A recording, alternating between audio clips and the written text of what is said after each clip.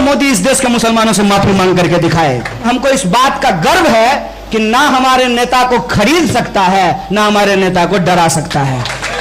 दिनकर जी ने कहा है कि समर शेष है नहीं पाप का, भागी केवल व्याघ्र, जो तटस्थ हैं समय लिखेगा उनका भी अपराध।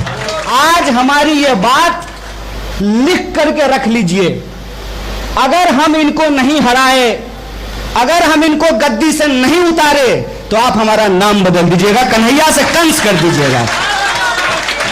और ये बात मैं अति उत्साह में नहीं बोल रहा हूं।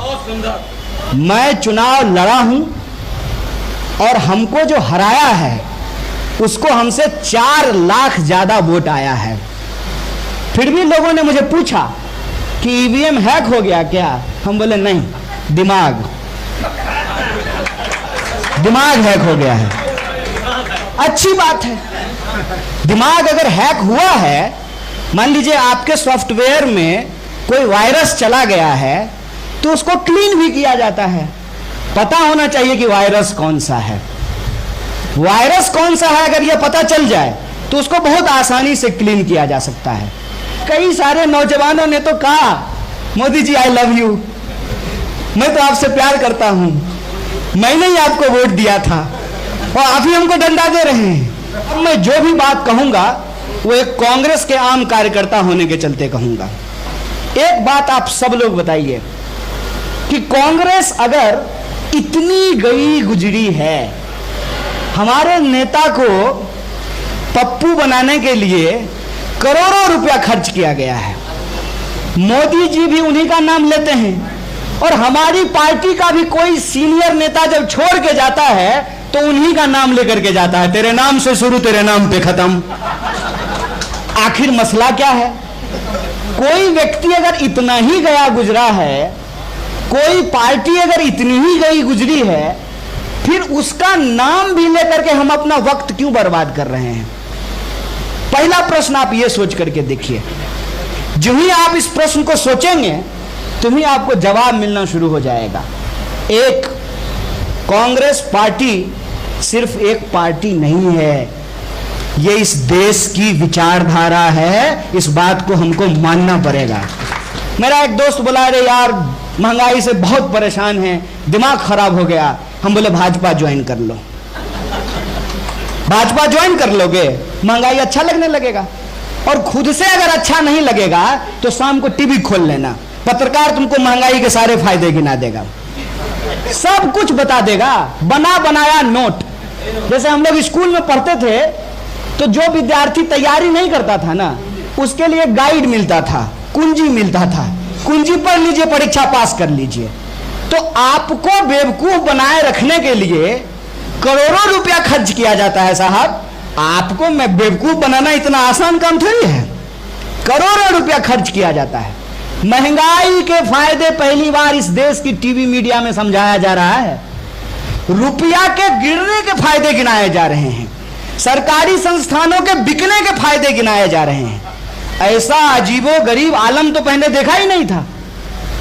ये जो बदलाव हुआ है, इस बदलाव में आप तय कर लीजिए कि आप किस ओर हैं। भाजपा ने यह तय कर लिया है कि बीच का कोई रास्ता नहीं होता है। पास पढ़ते हम लोग हैं, अब फॉलो लगता है मोदी जी कर रहे हैं, कोई बीच का रास्ता नहीं है। उन्होंने यह बात तय कर ली है, हम दो हमारे दो, डबल इंजन की सरकार बनेगी पूरे देश में। डबल इंजन का सरकार मतलब 4 लोगों का व्यापार, 2 बेचेगा 2 खरीदेगा, सीधा हिसाब है। इतना साफ है, जो कोई उसके खिलाफ बोलेगा, और छोड़ दीजिए हम लोग तो कांग्रेसी हैं, भाजपा विरोधी हैं, भाजपाई भी नहीं बख्शे जाएंगे। कांग्रेस के बिना इस देश में कोई मुकम्मल विपक्ष नहीं बन सकता है, यह सच है। तो ऐसे नहीं चलेगा, आधे अधूरे मन से नहीं चलेगा कि जब पास आएंगे तो आई लव यू, और जहां दूर जाएंगे कम्युनल है, कास्टिस्ट है। आधे अधूरे मन से नहीं होगा, तय कर लीजिए, आर पार की बात है। और जहां तक त्याग का सवाल है, मैं जिस नेतृत्व की बात कर रहा हूं उसके बारे में एक बात आप सब लोग समझ लीजिए कि अगर वह नेतृत्व इस देश के संवैधानिक मूल्यों से समझौता किया होता, दावे से बोल रहा हूं इस बात को, अगर वो नेतृत्व पूंजीपतियों के सामने पूरे तरीके से घुटने टेक दिया होता, अगर वो नेतृत्व इस देश की सांप्रदायिक शक्तियों से हाथ मिला लिया होता, तो मोदी जी की जरूरत इस देश को नहीं पड़ती। ये बात जान लीजिए कि हम विपक्ष में इसलिए हैं कि हमने राजनीति में दल से ऊपर विचार को और मूल्य को समझा है। आपने हमारी गलतियों पर हमसे हिसाब मांगा और हमारा हिसाब किताब किया। आज भी आपके सामने उससे ज्यादा बड़ी गलती हो रही है, तो मैं आपसे अपील करना चाहता हूं, ईमान की बात है, अपने कलेजे पे हाथ रखिए। गलती अगर उससे बड़ी है तो उससे बड़ी सजा इसको देने की तैयारी कीजिए। मैं ये आपसे कहना चाहता हूं। आप मुझे बताइए, हर बात पे जो है आप कांग्रेस का नाम ले लेते हैं। दंगे हुए, स्वीकार करता हूं, और इस देश में डॉक्टर मनमोहन सिंह देश की संसद में खड़ा होकर के इस देश के सिखों से माफी मांगा और कहा कि यह गलत हुआ है। हिम्मत तो मोदी इस देश के मुसलमानों से माफी मांग करके दिखाए। हमको इस बात का गर्व है कि ना हमारे नेता को खरीद सकता है, ना हमारे नेता को डरा सकता है। हमसे भी बेहतर कहने वाले आएंगे और आपसे भी बेहतर सुनने वाले आएंगे। आपको किस बात का गुमान है?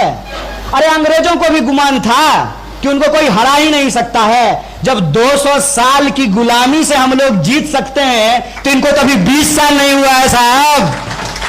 किस बात का गुमान लेकर के ये चल रहे हैं? दिनकर जी ने कहा है कि समर शेष है नहीं पाप का, भागी केवल व्याघ्र, जो तटस्थ हैं समय लिखेगा उनका भी अपराध। मैं एक बार स्कूल से लौट रहा था, एक जादूगर जादू दिखा रहा था रेलवे स्टेशन के बाहर। मेरा स्कूल स्टेशन के बिल्कुल बगल में था। उसको हमने देखा कि वो कागज से नोट बना दिया। एक तो ये भी जादूगर है जो 500 और 1000 के नोट को कागज बना दिया। वो जो जादूगर था वो कागज से नोट बना रहा था। तो हमको लगा कि बड़ा बेहतरीन चीज है, क्योंकि माँ से हम जब भी पूछते थे कि मम्मी पढ़ने का मन नहीं कर रहा है, तो मम्मी यही कहती थी, बेटा पढ़ोगे नहीं तो नौकरी नहीं मिलेगी, नौकरी नहीं मिलेगी तो घर कैसे ठीक होगा, कैसे जो है अच्छा जीवन जियोगे, शादी ब्याह कैसे होगा। तो पढ़ने का मोटिवेशन ही नौकरी था। नौकरी का मतलब पैसा कमाना, पैसा कमाने का मतलब सुख सुविधा, अच्छी जिंदगी।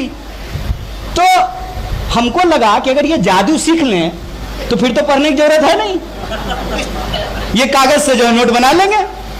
इतने में क्या हुआ कि जादू का शो खत्म हुआ और वो जादूगर पैसा मांगना शुरू कर दिया। हमको लगा करे ये तो अजीब बात है, जो कागज से पैसा बना सकता है उसको हम जैसे गरीब से क्या लेना देना, वो हमसे पैसा क्यों मांग रहा है। वो मेरे पास में आया और मैंने बड़ी मासूमियत से जो है अपना कॉपी उसको दे दिया, कहा कि नोट बना लीजिएगा। बोला अजीब बुड़वक लड़का है, कि कागज से नोट कैसे बना लेंगे, वो तो जादू है ना। हम बोले जादू सच नहीं होता है। बोला जादू सच नहीं होता है, सच सच होता है, जादू भी भला सच होता है। ये जो उस वक्त मेरी समझदारी बनी, मैं तब से जो है जीवन के हर पहलू पर, जीवन के हर मोड़ पर इसको परख करके देखना चाहता हूं।